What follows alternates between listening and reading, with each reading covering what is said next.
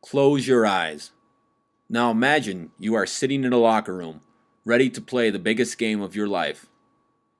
You can hear your heart pumping as it feels like it's going to explode. You are so nervous that you almost forget where you are. You go over and over the plays in your head and hope you remember what the coach has just told you. It is March 22nd and you are playing in the Frozen Four, college hockey's biggest tournament. There are 9,000 screaming fans above your locker room waiting for you to come on the ice and put on a show. How does someone from a small town get to this point in his life? Open your eyes. This isn't a dream but a reality. It all started out growing up in a small town in northern Minnesota. In Minnesota, hockey isn't just a game but a way of life. As football is to Texas and basketball is to Illinois, hockey is to Minnesota. As a child, I remember watching the Minnesota North Stars play on TV. My dad was always a huge hockey fan and watched all the games on our TV.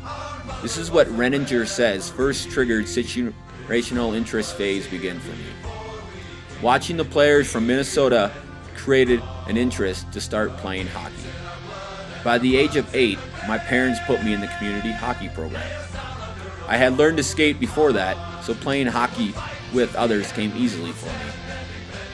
After years of playing in the community hockey program, my parents decided to send me to the hockey camp for the summer.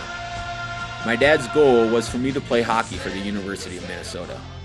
As the summer hockey program progressed, my coaches pushed us harder than ever. We traveled all around the state of Minnesota playing other summer camps.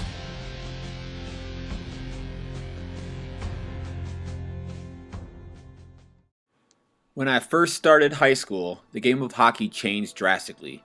No longer were the coaches friendly and helpful during practice. Everyone was concerned with winning and being the best. There was no room for mistakes or horseplay during any of the practices or games. My coach once told me that in order to play in this league and in college, I would need a lot more improvement. From that point on, my confidence level dropped dramatically. My identity was shaped by how I performed on the ice. This is what Nakula talked about, how our identity is formed by denials of others. From this point on in my life, my only concern was to prove my high school coach wrong and to play hockey in college. I was sick of doubting my ability to be good enough to play for a major university. Since my parents were fully supportive in my drive to seek self-improvement, my dad built me an outdoor ice rink in our backyard. I spent countless hours on the ice practicing drills we went over in practice. At first, my shooting was terrible, but after exhausting hours in the backyard, my shot started to improve dramatically. I found myself in a mental state of energized, focused, fully immersed in the sport that Size Maybe calls flow. This drive from my high school coach's negative words made me work harder than ever. According to Spunk, this sense of motivation came with the persistence to seek achievement to accomplish a goal. My self-efficiency has allowed this interest in hockey to become a well-developed individual interest I found my identity in. When I graduated high school, I never thought I would play hockey for a major university. I never had a scholarship to play hockey for college, but my drive of being on the hockey team never died.